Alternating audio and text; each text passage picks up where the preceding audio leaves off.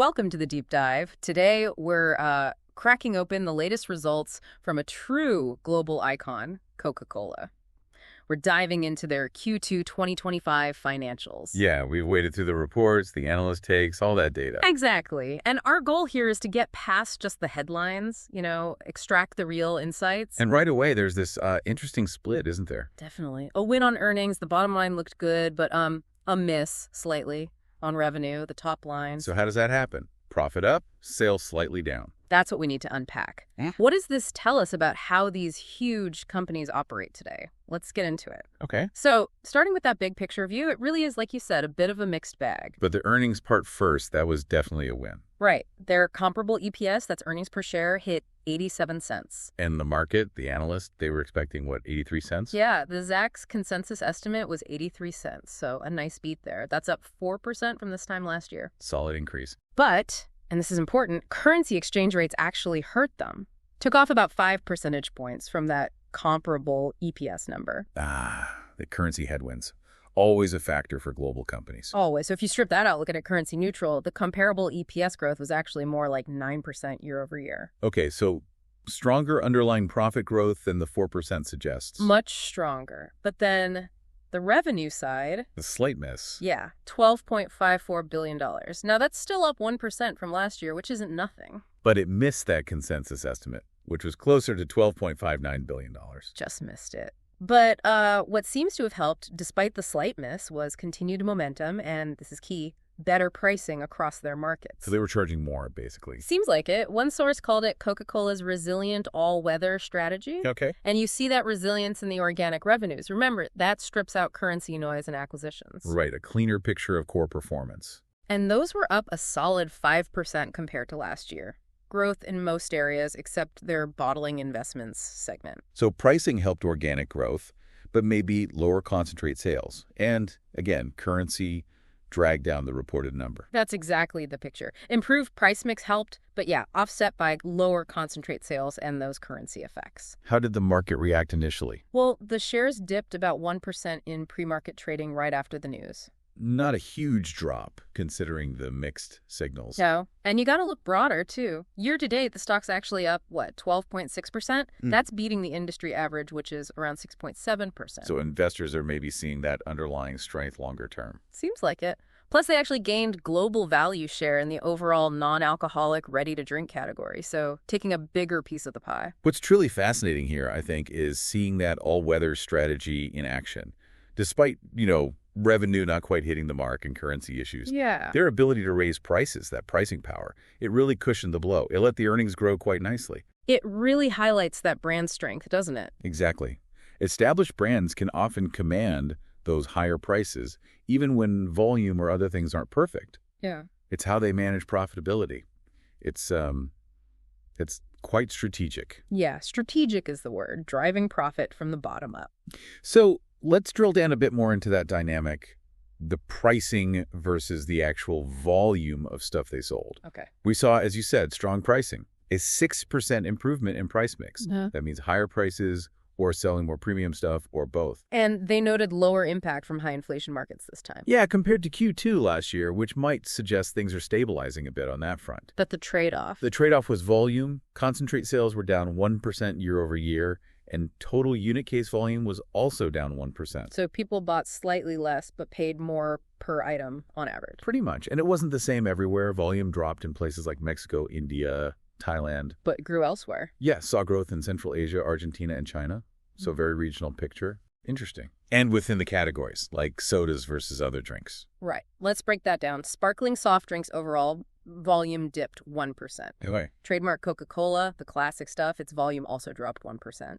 Mostly driven by Latin America, though EMEA, that's Europe, Middle East, Africa, saw some growth there. But the big story in sparkling seems to be Zero sugar. Yeah, here's where it gets really interesting. Coca-Cola, zero sugar, jumped a massive 14%. 14%. Huge! And that growth was everywhere, across all geographic segments. It's not just a diet drink anymore, is it? No, they've really repositioned it. Zero sugar, same great taste kind of thing. It's clearly working. Absolutely. Other sparkling flavors, though, they declined 2%, Asia-Pacific down, EMEA up, sort of balancing out. Okay, what about the non-sparkling stuff? Juices, water, tea, coffee? Yeah. bit more of a struggle there. Juice, value-added dairy, and plant-based drinks. Volume down 4% overall. Oof. The source had this slightly confusing phrase saying it was led by growth in the Asia-Pacific, offset by an improvement in Latin America. Wait, offset by an improvement. How does that work? I think what they mean is Asia-Pacific grew, but Latin America just declined less than it used to. Yeah. It improved its trajectory, but was still likely down, not enough to pull the whole category up. Okay. So still challenging in some big markets for juice. Seems that way. Then you have the combo of water, sports, coffee, and tea. That whole category was flat year over year. Flat overall?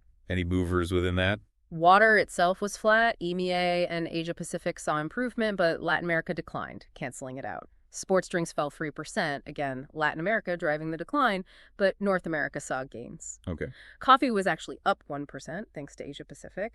And tea was flat. EMEA growth offset by North America declines. This really paints a picture of, well, different consumer taste and market situations everywhere, doesn't it? Totally. You've got this huge success story with Zero Sugar, which is, it's a branding masterclass, really. They found a way to grow significantly without just stealing sales from regular Coke, like maybe older diet versions did. Good point. It makes you wonder, what can other big companies learn from that kind of brand pivot?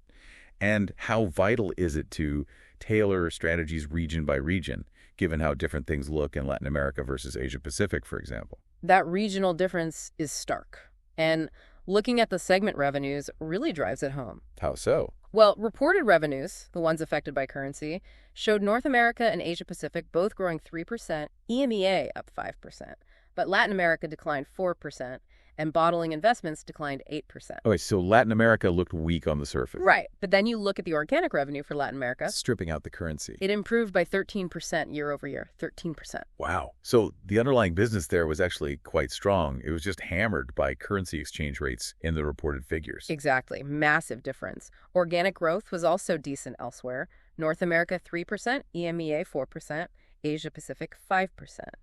And bottling investments had a smaller organic decline, just 2%. That really highlights why looking at organic growth is so crucial for these global players. Definitely. Now, maybe the most impressive part of this whole report, the margins. Yes. Profitability. They didn't just grow profit, they supercharged it. Operating income surged 63%. 63%. That's huge. It's massive, up to $4.28 billion, and that's even with a 6-point currency headwind hitting it. Incredible. Comparable operating income, stripping out some items, was up 8.5% to $4.38 billion. And the comparable currency-neutral operating income, up 15%. 15% underlying operating profit growth. That's very strong. Driven by that organic revenue growth, good cost control, and maybe some timing stuff with marketing spend. And what did that do to the margin percentage itself? Big jump. Operating margin expanded to 34.1%. Last year, it was 21.3%. Wow, from low 20s to mid-30s. And the comparable currency-neutral operating margin expanded 325 basis points. That's 3.25 percentage points, hitting 36%. Okay, if we connect this back to the bigger picture, that kind of margin expansion is incredibly important, especially when, like we said, revenue growth is a bit mixed and volume is facing pressure. Right. Strong margins, that show they're really managing costs effectively and, crucially, using that pricing power strategically. It's they might be running slightly slower in terms of overall sales volume, but they're getting much more efficient, much more profitable with each step they take. Great analogy. It shows they can adapt and stay really profitable even when things are tricky globally. That's a healthy sign for the core business. So what does this mean looking forward? What are they telling us about the rest of 2025? Well, they actually reiterated their guidance for organic revenue growth for the full year. They still expect 5-6%. So confidence in that underlying growth momentum. Seems so. And they updated their view on earnings per share, the comparable EPS. They now expect it to grow 3% for the year, compared to the $2.88 they reported in 2024. And that 3%. It's at the high end of the 2-3% range they mentioned before. So a slight upgrade, or at least increased confidence there. Okay. Any update on those currency headwinds for the full year? Yeah, they now expect currency to hurt full year comparable EPS by about 5%. That's slightly better than the 5-6% impact they previously guided for. So a little bit of relief on the currency front, maybe. What about cash flow? They're projecting adjusted free cash flow of around $9.5 billion for 2025. That includes about $11.7 billion in cash from operations, minus capital spending of roughly $2.2 billion. Healthy cash generation. Did they give any hints about the current quarter, Q3? Just a quick snapshot. They expect about a 1% currency headwind on comparable revenues in Q3 and a bigger hit, 5-6%, on comparable EPS from currency. Okay, so currency still a factor in the near term. Definitely. And, looking beyond just Coca-Cola, the sources we looked at mentioned a few other players in the consumer staples space. Right, for context. Yeah, like Vita Coco Company, coconut water, and other drinks. Zacks has them as a rank #2, which is basically a buy recommendation. They're projected to grow earnings 12.5% and sales 6.5% this year. Then there's Zevia, another Zacks rank #2. They focus on zero sugar drinks. Projected EPS growth is huge, like 48.4%, though sales growth is projected lower at 3.4%. Shows that focus on specific niches, maybe? Could be. And Diageo, the big spirits and beer company, also a Zacks rank #2. Projected sales growth is pretty flat, 0.7%, and their EPS is actually expected to decline slightly by 2.3% year over year. So even giants in related spaces face their own pressures.